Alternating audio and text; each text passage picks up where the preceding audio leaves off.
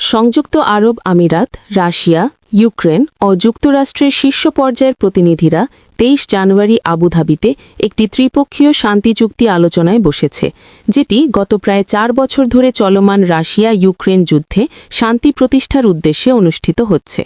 এটি হল এই যুদ্ধের ইতিহাসে প্রথমবারের মতো ৩ পক্ষের মুখোমুখি বৈঠক, যেখানে যুদ্ধবিরতি ও স্থায়ী সমাধান খুঁজে বের করার প্রচেষ্টা করা হচ্ছে। এই বৈঠকে কেন্দ্রীয় আলোচ্য বিষয় হল ইউক্রেনের পূর্বাঞ্চল ডনবাস এবং অন্যান্য ভূখণ্ডগুলো নিয়ে বিরোধ।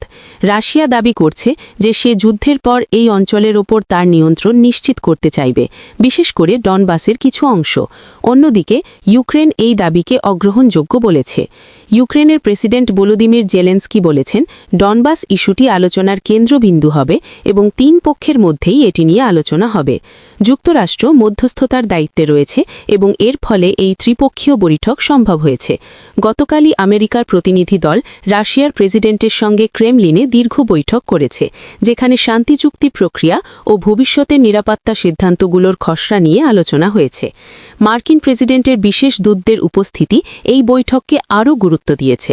যদিও বৈঠক শুরু হয়েছে, এখনও পর্যন্ত রাশিয়া ও ইউক্রেনের পক্ষের মধ্যে ভূমি সমস্যা নিয়ে কোনো উল্লেখযোগ্য সমঝোতার লক্ষণ দেখা যায়নি।